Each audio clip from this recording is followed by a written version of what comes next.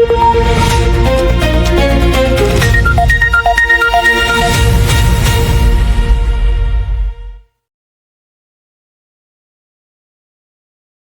தமிழோடு இணைந்திருக்கிறீர்கள். ILC தமிழ் உயிரோடை தமிழில் அன்பர்களே, உலக நார்வல் நிகழ்ச்சி இணைந்திருக்கிறீர்கள். உலக நார்வல் நிகழ்ச்சி பிரித்தானியாவிலிருந்து போரிய ஆய்வாளர் அரசோக இணைகின்றார். வணக்கம் அரசோகலே. வணக்கம். அனைத்துலக உயிரோடை தமிழ் உறவுகளுக்கு அன்பு இருந்த வணக்கம். தொடர்ந்து நாங்கள் ரஷ்யா யுக்ரைனுக்கு இடையிலான போர் தொடர்பான விடயங்களை பார்ப்போம்.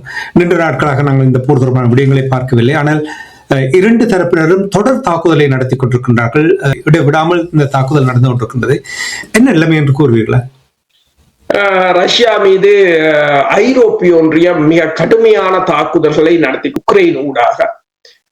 இந்த நிலையில் தான் அதாவது நேட்டோவின் உறுப்பு நாடான லட்வியாவில் இருந்து தாக்குதலை நடத்துவதற்கு உக்ரைன் திட்டமிட்டிருப்பதாகவும், லட்வியா ரஷ்யாவுக்கு எதிரான ஆளில்லாத விமான தாக்குதல்களை தனது நிலப்பரப்பிலிருந்து பயன்படுத்த உக்ரைனுக்கு அனுமதி வழங்கி இருக்கிறது என்று மாஸ்கோவின் வெளிநாட்டு உளவுத்துறை என்று சொல்றது SVR என்றது அது தெரிவித்திருக்கிறது. அதாவது உக்ரைனின் ஆளில்லாத விமானங்கள் வடமேற்கு ரஷ்யாவை, குறிப்பாக லெனின்கிராட் பகுதியில் உள்ள எரிசக்தி நிலையங்களை பல முறை குறிவைத்து தாக்கி இருக்கின்றன. இந்த ஆளில்லாத விமானங்கள் சில இறுதியில் லட்வியா, எஸ்டோனியா, லித்துவேனியா மற்றும் பின்லாந்து ஆகிய நாடுகளில் விழுந்து நொறுங்கி இருக்கின்றன என்றும், இந்த பல்டிக் நாடுகளால் ஆயுதம் ஏந்திய உக்ரைனியர்களுக்கு வழங்கப்படும் வான்வழி பாதைகளை பயன்படுத்துவதோடு மட்டும் உக்ரைன் தன்னை மட்டுப்படுத்திக் கொள்ள விரும்பவில்லை என்றும் அந்த உளவு அமைப்பு தெரிவித்திருக்கின்றது. இலக்குகளை அடைவதற்கான நோக்கத்தை கணிசமாக அதாவது நேரத்தை, இலக்குகளை அடைவதற்கான நேரத்தை கணிசமான அளவு குறைப்பதற்கும், பயங்கரவாத தாக்குதல்களின் செயல்திறனை அதிகரிக்கவும் ரஷ்யாவுக்கு எதிராக இந்த நாடுகளின் நிலப்பரப்பில் இருந்து அவர்கள் ஏவுகணைகளை ஏவப் போகிறார்கள் என்று அது ரஷ்யாவுக்கு எச்சரிக்கை விடுத்திருக்கிறது. இதே ஏற்கனவே உக்ரைன் ஆளில்லாத விமான இயக்குநர்கள் ஏற்கனவே லட்வியாவில் உள்ள அடசி மற்றும் செலியா மற்றது லில்பர்ட் போன்ற பகுதிகளில் தளங்களில் பணியாற்றி வருவதை தாங்கள் கண்டறிந்திருக்கிறதாகவும், நவீன உளவு முறை மற்றும் சிதைவுகளை ஆய்வு செய்வதன் மூலம் ஒரு ஆளில்லாத விமானம் ஏவப்பட்ட இடத்தை மிக துல்லியமாக கண்டறிய முடியும் என்றும் அவர்கள் கூறியிருக்கிறார்கள். அதாவது லட்வியாவின் பிரதேசத்தில் முடிவெடுக்கும் மையங்கள் மற்றது ஆயுத தளவாடங்கள் அவை லட்வியா நேட்டோவின் உறுப்பு நாடாக இருந்தாலும், ஆனால் இந்த தாக்குதலுக்கு எதிராக ரஷ்யா லட்வியா மீது தாக்குதலை தொடுக்கும் என்று சொல்லியும், அதை நேட்டோவின் உறுப்புரிமை இதனை பாதுகாக்க முடியாது என்று சொல்லியும் அது கூறியிருக்கின்றது. உண்மையில் உங்களுக்கு தெரியும், நேட்டோவோ அல்லது அமெரிக்காவோ ஈரானிற்கு கூட வளைகுடா நாடுகளை பாதுகாக்க முடியவில்லை என்று சொன்னால், ரஷ்யாவின் தாக்குதல்களை இந்த நாடுகள் எவ்வாறு தாக்குப்பிடிக்கும் என்றது மிகப்பெரிய ஒரு கேள்விக்குறியான விடயம்தான். அப்ப இதுல நீங்கள் பார்த்தீர்கள் என்று சொன்னால், இப்ப கடந்த ஞாயிற்றுக்கிழமை ரஷ்யா மீது மாஸ்கோ மற்றும் அதற்கு உட்பட்ட புறநகர் பகுதிகள் மீது ஒரு வருடத்துக்கு மேலாக இல்லாத ஒரு மிக மூர்க்கத்தனமான தாக்குதலை உக்ரைன் நடத்தியிருந்தது. இதில் கிட்டத்தட்ட இந்தியர்கள் உட்பட 3 பேர் கொல்லப்பட்டனர் மற்றும் 10க்கும் மேற்பட்டவர் காயமடைந்திருந்தனர். ஒரே இரவில் மட்டும் 600 ஆளில்லாத தாக்குதல் விமானங்களை உக்ரைன் ஏவியிருந்தது. அதில் 130 தலைநகர் மாஸ்கோவுக்கு விழுந்திருந்தது. இப்ப நீங்கள் ஒன்றை யோசித்து பாருங்கள். இப்ப அமெரிக்காவின் வெள்ளை மாளிகை நியூயார்க் நகரம் மீது இப்படி 600 விமானங்கள் வீழ்ந்தால் எவ்வாறு அமெரிக்கா அதற்கு எதிர்வினையாற்றும் என்றதை யோசித்து பாருங்கள். அதே போலதான் இப்ப ரஷ்யாவுக்கு இது ஒரு மிகப்பெரிய ஒரு பிரச்சனையாக மாறி இருக்கின்றது. இந்த நிலையில் தான் இப்போது ரஷ்யா ஒன்றை தீர்மானித்திருப்பதாகவும், அதாவது ஐரோப்பிய ஒன்றியம் மீது ஒரு அணு ஆயுத தாக்குதலை ரஷ்யா நடத்தலாம் என்றும் இப்போது அது அவ்வாறு பரிந்துரைத்திருப்பதாகவும், ரஷ்யா அதிபருக்கு அவ்வாறான பரிந்துரைகளைத்தான் படைத்துறை கூறியிருப்பதாகவும், என்றால் ஐரோப்பிய ஒன்றியம் தான் இந்த தாக்குதல்களுக்கு பின்னணியில் இருப்பதாக கூறியிருக்கிறார்கள். இப்ப பலரும் இப்போது எதிர்பார்க்கிறார்கள், ஐரோப்பிய ஒன்றியம் மீது ரஷ்யா ஒரு அணு ஆயுத தாக்குதலை, டாக்டிக்கல் நியூக்ளியர் வெப்பன்ஸை பயன்படுத்தலாம் என்று கூறியிருக்கிறார்கள். அதே சமயம் ரஷ்யா அதை உறுதி செய்வது போல ரஷ்யாவின் அணுசக்தி படைப்பிரிவு இன்று, அதாவது 19ஆம் தேதி மே 19ஆம் தேதியிலிருந்து 21ஆம் தேதி வரையிலும் ஒரு மிகப்பெரிய அணு ஆயுத பயிற்சி ஒத்திகையை ஆரம்பித்திருக்கிறது. 200க்கும் மேற்பட்ட ராக்கெட் ஏவுகணைகள், அதாவது ஏவுகணை லோஞ்சர்கள், 140க்கும் மேற்பட்ட தாக்குதல் விமானங்கள், 73க்கும் மேற்பட்ட போர் கப்பல்கள் மற்றும் 13 நீர்மூழ்கி கப்பல்கள் உட்பட பெருமளவான படையினர் இந்த நடவடிக்கையில் ஈடுபட்டிருப்பது மட்டுமல்லாது எங்களை மறந்து விடாதீர்கள் என்பது போல இருக்கிறது என்று சொல்லி இது தொடர்பாக ஆர்டி என்ற நியூஸ் என்ற செய்தித்தளம் அதை அந்த நிகழ்வை போட்டிருக்கின்றது.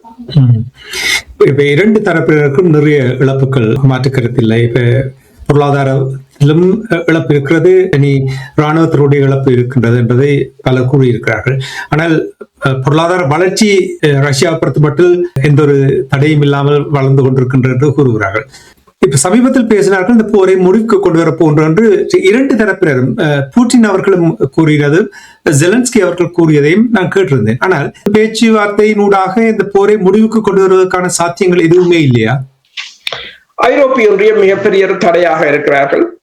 ஐரோப்பிய ஒன்றியம் இந்த போரை முடிவுக்கு கொண்டு வர அவர்கள் விரும்பவில்லை. பிரித்தானியாவின் கடற்படை தளபதி கூட கூறியிருக்கிறார், தாங்கள் இப்போது 9 நாடுகள் இணைந்திருக்கின்றோம். ரஷ்யாவின் பால்டிக் கடற்பகுதி ஊடாக ரஷ்யாவின் கடற்படை நகர்வை தடுப்பதற்கான நடவடிக்கை, ரஷ்யாவின் ஷடோ பிளீட்டை தாங்கள் நிறுத்தப் போகிறோம் என்று.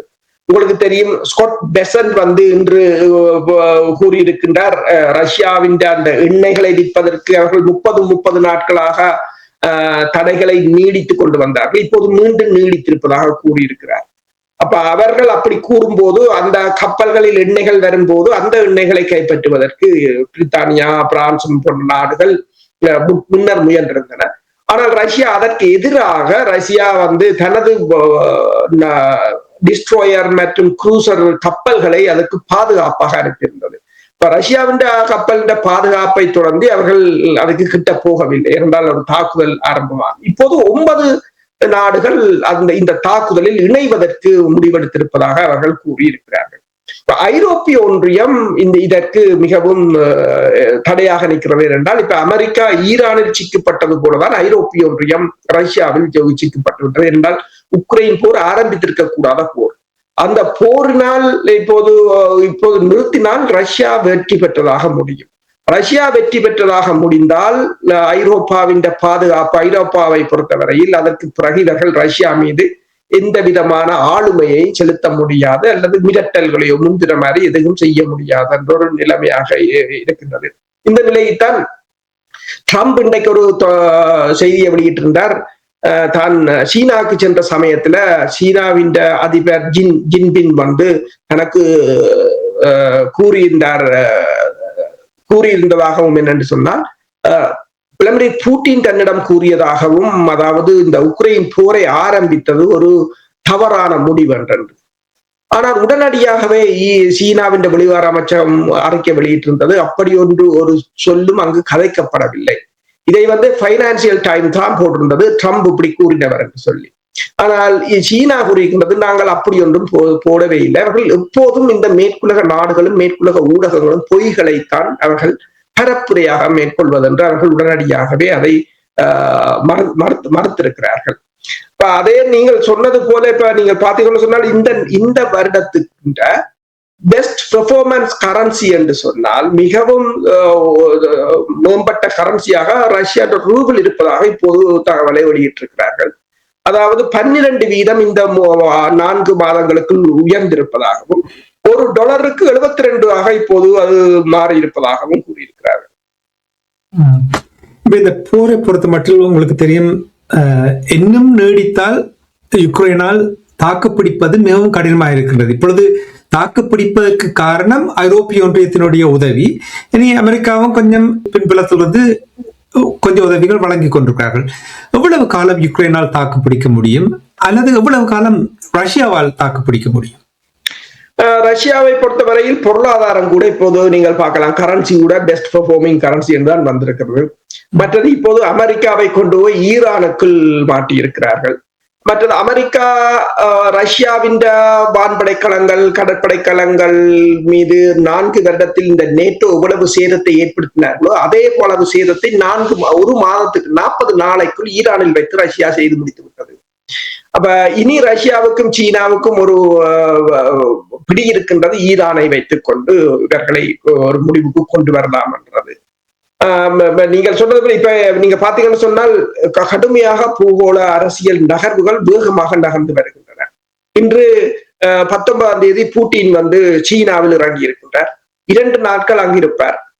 மிகப்பெரிய ஒரு வரவேற்பு அங்கு அளிக்கப்பட்டிருக்கிறது பூட்டினுக்கு. அதாவது அமெரிக்க அதிபர் வெளிக்கிட்டு போய் ஒரு கிழமைக்குள் ஒரு வாரத்துக்குள் பூட்டின் போய் அங்கு இறங்கி இருக்கின்றார். அதாவது சீனாவுடனான ஒரு எரிசக்தி தொடர்பான உறவுகளை ஆழப்படுத்தவும், மற்றது ஈரான் தொடர்பான சீனாவுக்கும் ரஷ்யாவுக்கும் இடையிலான கொள்கைகள் தொடர்பாக ஆய்வு செய்வதற்கும், மற்றது ட்ரம்புடன் பயணத்தை அவர்கள் தொலைபேசியில் பேச விரும்பவில்லை. ட்ரம்புடன் என்ன கலைத்தார்கள், ட்ரம்ப் என்ன சொன்னார் என்றால் கணக்க வெளியில வராது. சிலது தான் வெளியில் சொல்வார்கள், ஊடகத்துக்கு வரும். சிலது ஆஃப் த மேக்காத்தான் இருக்கும், அதுக்கு வெளியில வராது.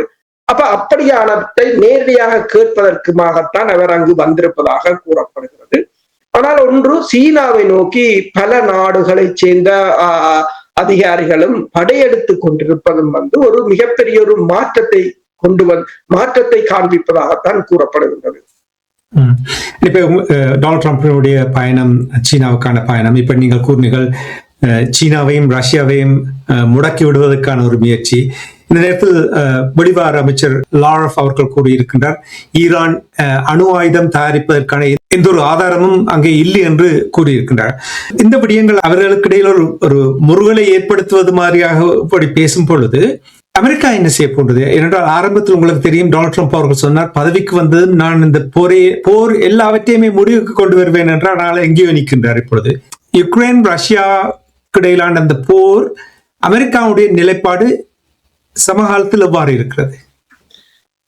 அமெரிக்காவை பொறுத்தவரையில் ஏதோ ஒரு வகையில் ரஷ்யாவை சமாதானப்படுத்தி முக்கோணமாக ரஷ்யா, அமெரிக்கா, சீனாவை ஒருங்கிணைத்து கொண்டு வருவதற்கான ஒரு திட்டத்தை தான் அவர் வைத்திருக்கின்றார்.